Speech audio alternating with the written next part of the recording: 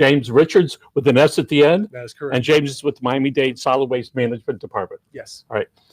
So what does that entail, that name? It sounds like it's a whole big area with a lot of connections to what we do every day. Absolutely. You know, a lot of people kind of don't realize how many times that our department touches the public. We provide waste and recycling services for about 350,000 households within unincorporated Miami-Dade, and then several municipalities that we service. So we collect the garbage from the curb. We contract out recycling collection at the curb for some of our customers. We also do bulky waste pickups. We have 2 bulky waste pickups per year per customer. We also do enforcement within our service area. Let's talk about those green dumpsters. Yes, what do we call those? Those are garbage carts. So we call them carts. Some people might call them bins. Right. In the industry, bins are more, you know, those plastic totes that don't have wheels on them. So one of the things I learned recently from one of your colleagues is what the handle on that is supposed to be facing the house, not the street. Yes. So we usually either say the handle or the wheels face the house. That allows our trucks, they are automated trucks, to pull up beside the cart and service them without our drivers having to come out.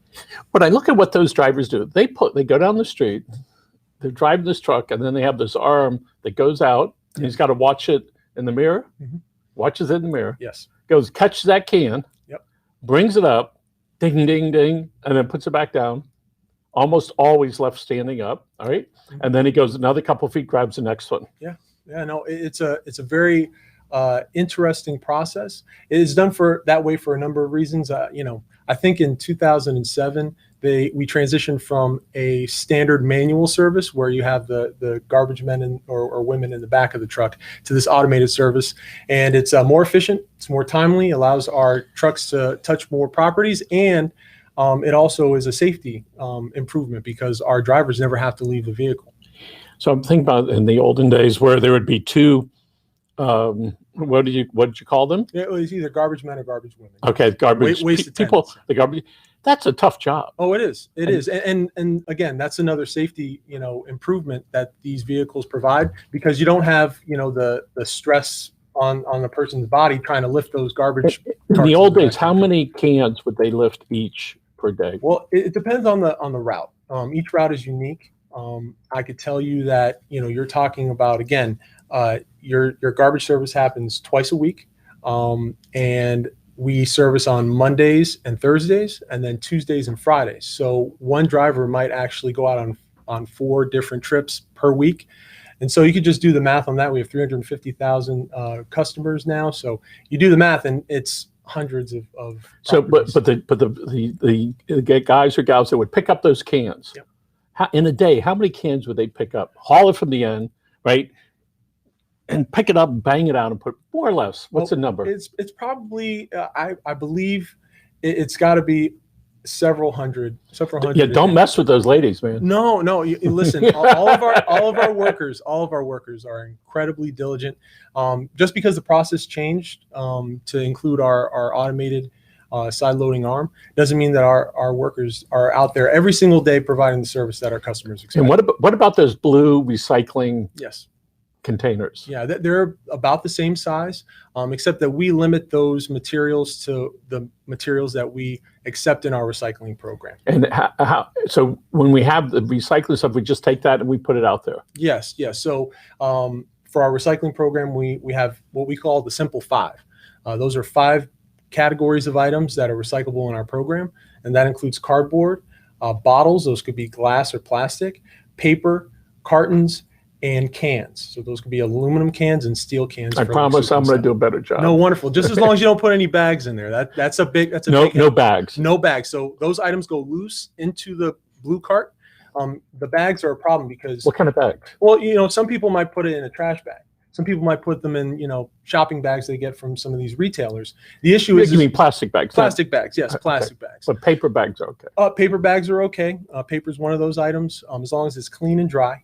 But the issue with plastic bags are that they go to our processing facility and they get caught up in the gears. There are a lot of moving parts of the facility. They have to shut it down to cut them out. It's a big problem. It's sort of like I had a tree, residential tree trimmer thing. You put the tree in it, you know, the pieces. I didn't know you weren't supposed to put Areca palms in there. Yeah, no. That's definitely not recyclable. And actually, this time of year, Christmas trees. We get a lot of people putting Christmas trees in their recycling cart, and that is a big no. And our drivers won't even pick up the cart if they see anything not recyclable. So I guess for the veterans that are there, they expect the unexpected and just know it's going to happen. Yep. You don't get pissed off. You go, hey, it is what it is. Yeah. I mean, it's amazing. We've had things like Hot Wheels, Power Wheels cars. Yep. We have photos come in all the time from our drivers of things, car bumpers. Pool filters that are in there. I mean, when we put it in and we put the top back on, that may not be the end of it. Yeah, exactly. And if there are items in your recycling cart and it ends up at our processing facility, there's a process of removing those items, and they'd end up going, to be disposed of at another location anyway. So when you take the garbage and the green things, where does it go? The vast majority of the garbage that's collected in Miami-Dade County goes to the Resources Recovery Facility in Doral. It's a waste to energy plant. So the main name of the game when it comes to waste to energy is volume reduction. So for every 10 trucks that go into the facility, 1 truck of ash is the byproduct of the process. And actually it generates electricity. And how does it get from this to 90% of it gets reduced? Right. By what mechanism? Yeah, so it's actually a process where the garbage is incinerated. We also take trash, so bulk items like tree limbs and things like that, furniture. And so it's a process where that material is burned. It spins turbines, generates enough electricity to power the plant and about 35,000 homes. So I know that there are probably not a lot of ladies out there that would like to see it. But I'm telling you, there are a bunch of guys that would love to see the process from the time the truck pulls in there. You have videos of that. Absolutely. On our website, if you go to miamidade.gov/energy from waste, there's a write-up on the process itself. And then we also have an overview video that links to our YouTube page where you could actually see the whole process and get a virtual tour of our facility. So maybe the next time we could go over that and show our people. Yeah, no, absolutely. It's kind of the shining jewel or the gem of our facility. It actually, like I said, reduces volume, which is the big problem because we're going to run out of landfill space eventually. So what happens to the 10% that's left over? So the 10% is actually ash, excuse me. And so we have an ash fill, which is basically like a landfill, but it just has ash there. And one of the things that we're working on is a project with some concrete or cement companies where they could use some of that ash to create cement. And that way it's even more of a closed loop kind of thing where instead of having this byproduct that is, being piled at the facility, we could use it to, create things like cinder blocks or sidewalks or something else. Then I think that's really neat to be able to walk that through and say, hey, we got all this stuff, gets reduced down to 10%, and now what to do with it? No, absolutely. And a lot of people just think that the garbage that they dispose of in their green carts, it ends up at a landfill, and that's just not the case. So, like I said, the waste to energy process is really beneficial for a lot of reasons, not just for volume reduction, but it's something that, we own the facility. It's something that we've had here in Miami-Dade County since about 1982. And so it's something that we really want to highlight. So James, so all that, what trash goes on to a, what do you call it? A conveyor belt? Right. So what happens basically at the waste energy plant is the trucks come in. There's something called the tipping floor where they offload the materials. And I don't know if you've ever seen Toy Story 4, where the toys end up at this facility and there's a huge claw that kind of comes down. Yes. It's the exact same thing. When you say offload, so they're inside this big truck that's got it squishes it in the trucks, right? Right. There's a compression mechanism to maximize. Fancy terms, compression. Yeah. Tom, you got that? Squished, all right? Yeah, it's just so that they can maximize the amount that they can collect out on. And how does it get out of the trucks? So basically, there's a way that the back of the truck lifts up and it just slides out, and that arm that actually compresses. Don't say arm around the garbage truck because you never know what you're gonna find. that panel that compresses the waste within the truck actually assists in pushing it out as well. And so once that material is out of the back of the truck then lowers back down, and the driver goes out and continues their And so once it gets out of the truck, it goes into a building. Yes, it is within a building. It's a pressurized building where there's a vacuum to keep, the odors, and there's an odor control system as well. They're automated doors, so it's almost like you're going into a grocery store. So the truck pulls up, the doors open, they go through, and it closes right behind them. And so they offload and they pull off and they continue. How long does it take to offload?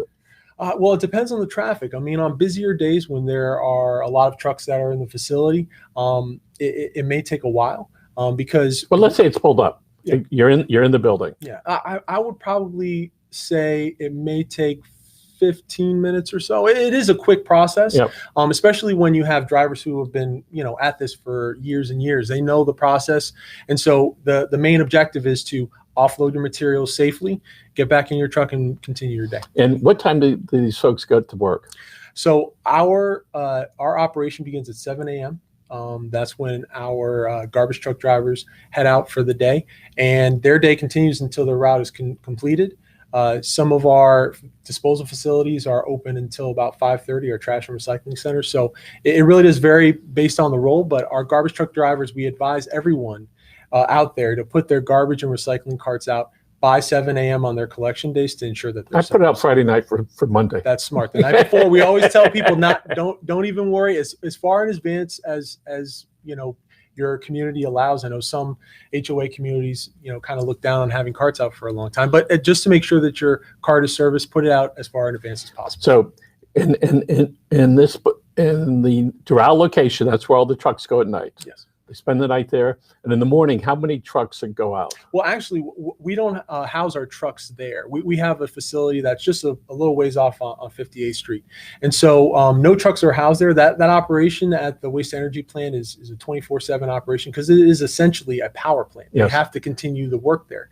But we do have some trucks that come in on the weekends, not the garbage trucks that we service because we don't work on the or operate on the weekends.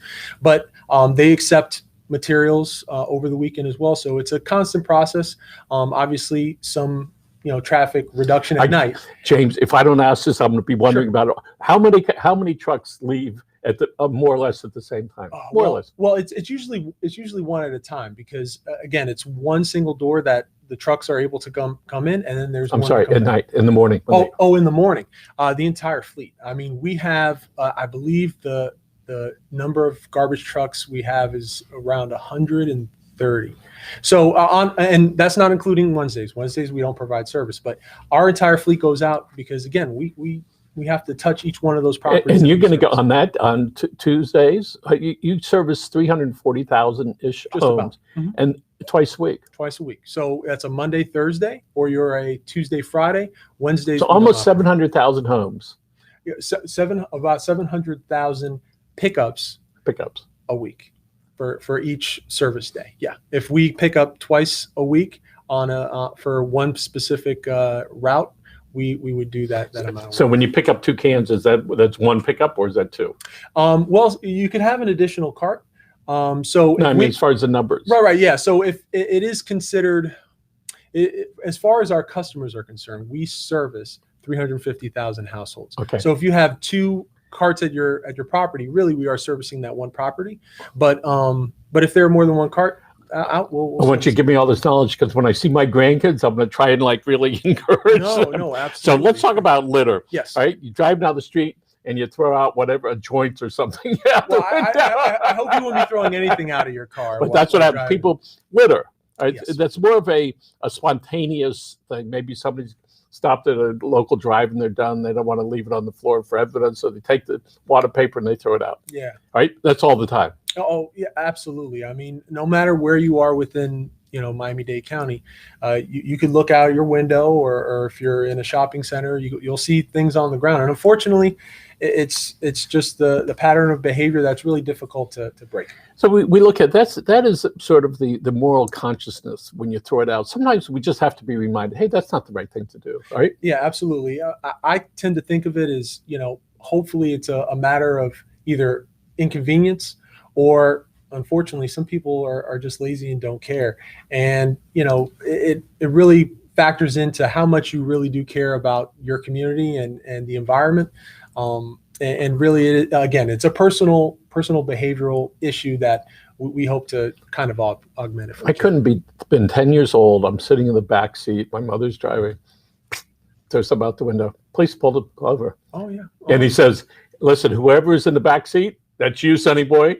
You threw something out. I said, "Yes." And that was a while back, and it was that reminder of like, you shouldn't be doing that. Leave it in your car, but have the bag and throw the bag into the green thing. And that's definitely what we advise people to do. I mean, litter tends to be kind of a transitional offense, so to speak. You tend to think of these materials that are discarded as, single-use items. They could be, like you said, fast food containers, wrappers, and things like that, where people might not want to wait until they get to their final destination to dispose of these items. And we just want to preach patience. It's better to hold on to those items and dispose of them properly than to just toss them away. And if you're eating on the way home, you don't want your wife to know, have a plastic bag and tie it really tight so the smell doesn't stay in the car. Yeah, absolutely. James is going, yeah. Yeah.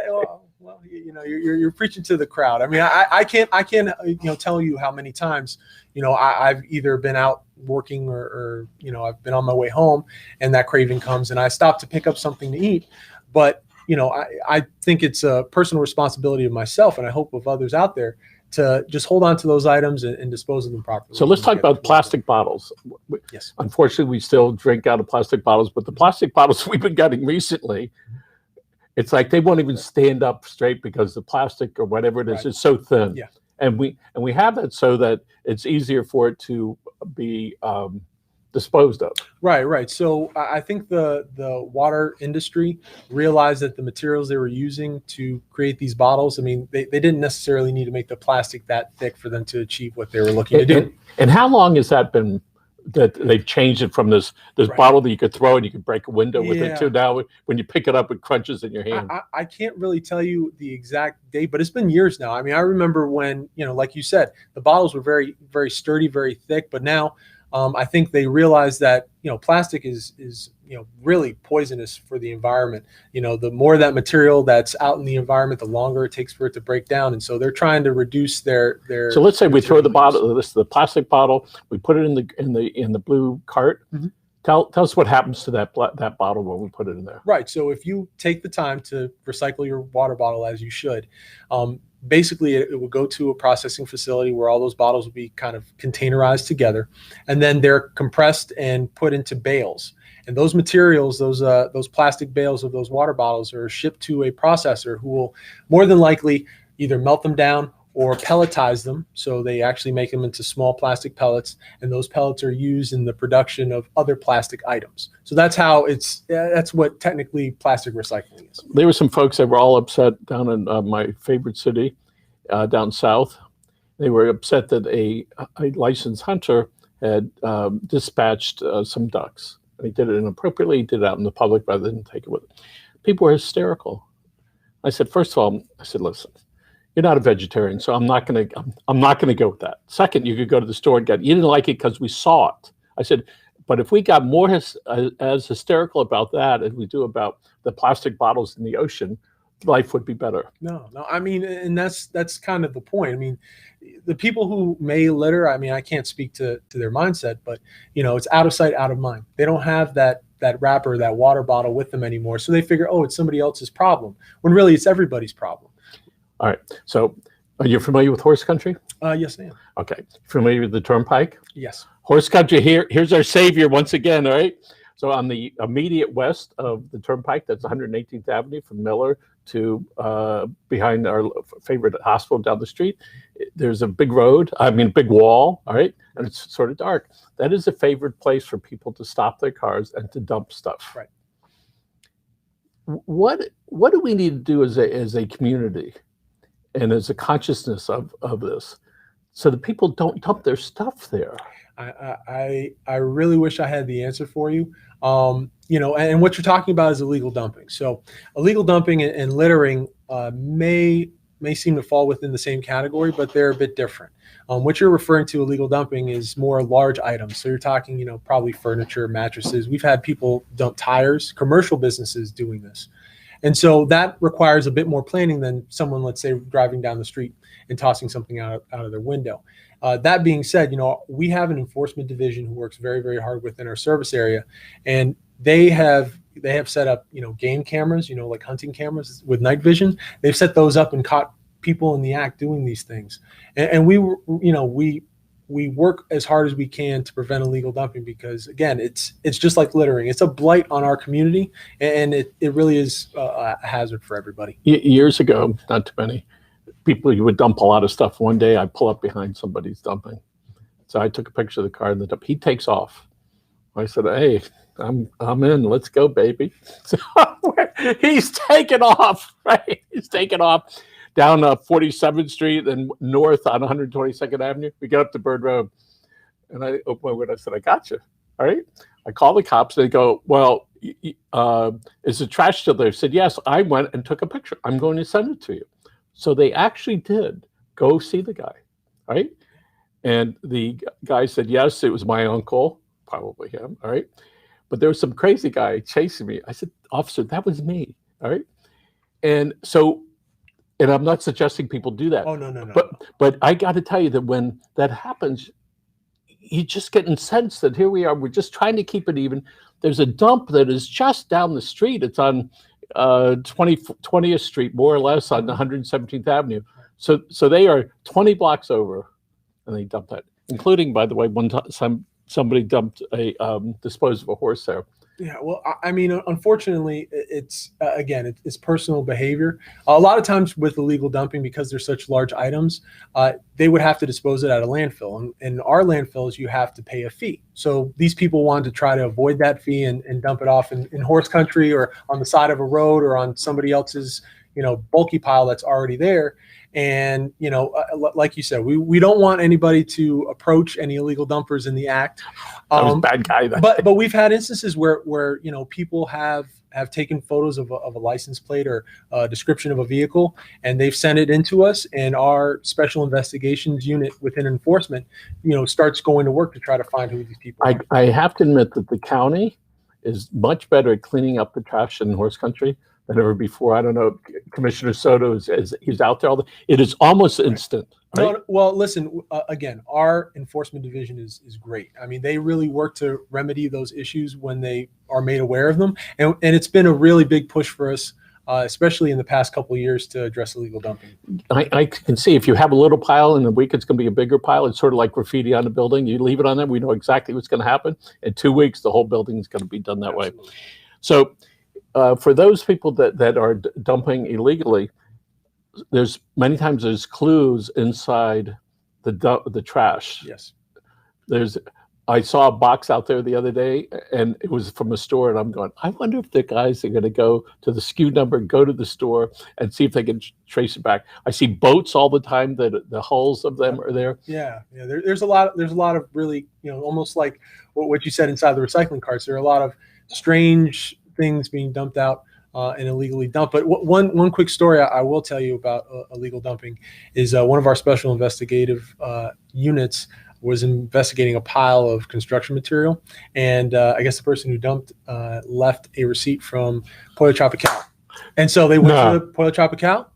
They went back on the videotape. They were able to find the receipt, and they tied it back. Eventually, they found out who dumped it. That is great. Yeah, they're great. They do a lot of work. So let's talk about the innocent homeowner that gets some construction work done, and they're hauling away the stuff. Yes. What could a homeowner do to make sure that they're not responsible if the guy dumps it on the road rather than taking it to a dump? Well, I believe that was kind of that was tied into the story I just told you, because the receipt was the meal was paid for by the homeowner, and he paid for the meal for the construction crew, the subcontractor who was at his house. And so when the investigative unit showed up, he explained, no, I paid for the crew who was at my house doing this work.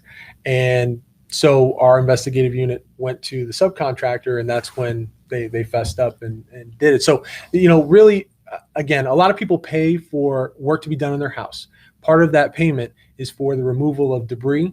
that payment should be used to pay for the disposal of the debris and not pocketed by the contractors. And most people are on the up and up and they do what they're supposed to, but there are some instances when they don't. Boy, that homeowner must have been awfully surprised when they showed up and said, 3 weeks ago when you went and got that chicken down the street. Absolutely. So, so there's a campaign I see the county goes on. What's the campaign that I hear with the waste management? Absolutely. So our litter campaign is actually called Let's Clean Things Up. It's an initiative that we have partnered with Keep America Beautiful, and it's something that we use to support community groups who want to do litter pickups in Miami-Dade County. So, for example, if there's a group of people who want to volunteer and clean up a county road, a public right-of-way, they could reach out to us, and we could possibly provide materials such as pick sticks for use on the event, garbage bags, gloves, and things like that. So church group or Boy Scouts, whatever, says, hey, we want to clean up the street, and the county might be able to assist them. Absolutely. Now, we won't recruit volunteers, and we won't actually go out and do the work. But if there's a volunteer group that's out there and wants to do the work, we could support them in this effort. And so if they went out and they collected all this stuff and they got 50 bags of 55-gallon stuff or 75, whatever, if they speak with you, you would arrange to pick that up so they don't have to put it in the back of their wife's car and take it to the dump. Right. So that's one of the things that we would provide based on the size of the event. I mean, everybody's event is different, especially now with COVID. Things have been a bit quiet as far as this initiative because you're asking people to gather and we want people to be safe. But, that's one thing that we may be able to provide as well as the removal of the bags once the cleanup. I see that occasionally, if there's some really serious groups that are well organized, they can go to their local county commissioner and they could say this street maintained by such and such. And there's some certain requirements. They have to clean it twice a year or whatever it happens to be. Right. And those programs are I don't know how they're affiliated and we may not be involved with those. We've done cleanups with commissioners' offices before. I mean, I believe 2 weekends ago, we did a cleanup with Commissioner Oliver Gilbert, the former mayor of Miami Gardens in District 1. And so we were there to support his efforts. And we've done other cleanups with several other commissioners' offices the past several years. But again, it's a little tricky now with COVID-19. We want everybody to be safe and make sure that safety protocols are followed. And I was going over this with Tommy the other day. There's a great picture after World War II. They show the Army guy kissing his girlfriend and her leg is up in the back, and they will be dancing in the streets at some point, whether it's in September, October, November, January, February of next year. And I sense this great unity that we are going to have after the year and a half or 2 years at that point of being separated. All right. By the way, there's glass in between here, folks. And so I hope that people can get that spirit, all right, of unity and the things we have in common. And certainly during this time, it's been stressful for everybody, but we can see that the light is starting to shine a little bit. So let's go over again. Couple days a week, your team goes out and pick up from 340,000 homes. Right. Yeah. So about 340,000 households we service in unincorporated Dade and a handful of other municipalities. So, we are essential workers. Solid waste management, and picking up garbage doesn't stop. If it did, I'm sure we would hear about it. But just the same as, bus drivers continue to run their routes and things like that. The service you provide is very reliable. I mean, it's just, you can just count on it. Sometimes in the neighborhood, we look down the street to say, what day is it? And you look, oh yeah, they've got the cans out. So let's talk about, if we could, as far as the bulky pickup. Yes. Bulk pickup. Mm-hmm. When the debris from the house, landscaping material, maybe household goods too. Yes. Right. Certainly one of the challenges for a lot of people is where do we put it? Why we wait a day or a week for them to come out to do that? Right. So our process is a little different. I know in the city of Miami, they do kind of like a scheduled sweep. So they have certain days that they go out and pick up certain areas. We have a scheduled program where you're supposed to call ahead to 311 and say that your bulky pile is ready for pickup. After you have a set out date, so let's say today is the day that you say your pile is going to be ready. There's an 8-day window in which our crews, based on where you're located and how many pickups are routed that day, between 1 to 8 days, your pile should be serviced. And the pile that's no charge, all right, try to describe it in the way we look. Let's say in the back of a pickup truck with a sort of rounded there. Right. What is the size that's no charge that we can get twice a year? Right. So it's 25 cubic yards. So 1 cubic yard is about the size of a standard washing machine. So think about 25 of those kind of stacked on top of one another. It's a pretty large. Yeah, that's pretty big. Yeah, it's pretty big. And if you ever see one of our trash trucks in the community, just think one truckload is 25 cubic yards. That being said, with some of the larger properties that are within the county, you wouldn't believe how quickly they utilize that space. And you get 2 of those 25 cubic yard pickups every year. As I mentioned, I live in the horse country, and so we have neighbors that are in the landscaping business. I can always tell when the 6 months has gone by. They got the backhoes, what do they call those things? Little bulldozer. Oh, yeah. And they're back, they're picking up. Yeah. I said, I'm going to park. I throw my stuff on there. Well, we don't. Well, that's another thing. That's we've encountered in the past is where someone schedules a pickup, they put their pile out, and then someone who's in the neighborhood or their neighbor adds to it. Now, if we don't want to encourage that, because if that amount takes them over the 25 cubic yard limit. All right, so it's 2 things I'm not doing anymore. Well, yeah, absolutely. And if you have an overage, let's say you have one pile and it's 30 cubic yards. It actually, kind of trickles over, and you could use up to 150 cubic yard pickup. So that will kind of transition. And I watch the dynamics of that. Mm-hmm. You can sort of tell that lots of times they'll start cleaning out, and they haven't called yet, because after 2 weeks it's still there. I mean, I know that means they haven't called, and that pile grows because everybody puts more stuff on it. Yeah, right? Absolutely. And that's when we ask our customers if they notice anybody or any unauthorized growth of their bulky piles to call 311 and report unauthorized growth. Well, yeah, it's that's one way of putting it. But if you call 311 and report it as illegal dumping, it wouldn't count towards your pickup. So tell us, James, how you got into this business. Well, I was a graduate student at FAU. I got my master's in business administration, and I secured a part-time position with the city of Coral Springs in their communications department. I then transitioned to work for Broward County Parks and Recreation as a marketing development associate. And one thing led to another, and an opening, came up with Miami-Dade County, and I thought it was a wonderful opportunity, and I jumped at the chance, and 5 years later, here I am. Well, we are really delighted that you work with them. The service that we get in the county is really tremendous. All right, and my hats off to the hard workers. All right, that in the past we wouldn't pay them any mind, but they are hard workers. They're every day taking care of the stuff that we hold our nose to and take it out there. And my wife has taught me how to take out the garbage. All right. Wonderful. And so guys out there, take out the garbage and all the other stuff that you're supposed to do. James, is there anything else you'd like to cover today? Well, just if anybody wants any more information about our litter, our litter campaign, Let's Clean Things Up, they could go to miamidade.gov/clean things up for more information. There's even a link where you can sign up to be notified if we have any upcoming cleanups. And people entitled to a couple of those beautiful green cans out there with a real top that works, not like. Well, if you have any damaged carts, call 311. We'll go ahead and fix it, or if we can't fix it, we'll replace it. Additional carts, green carts, you could get them, but you have to pay for them to be serviced every year. I'm very, very happy. The wheels last a long time, and they do. Yes. They do. And use the blue cart to also and do the right thing. Recycle your stuff as best you can. Absolutely. All right. Thank you very much. Again, our guest today is James Richard with Miami-Dade Solid Waste Management. And Tommy, thank you very much. And folks, again, this is Live with Miami's Community News. Folks, have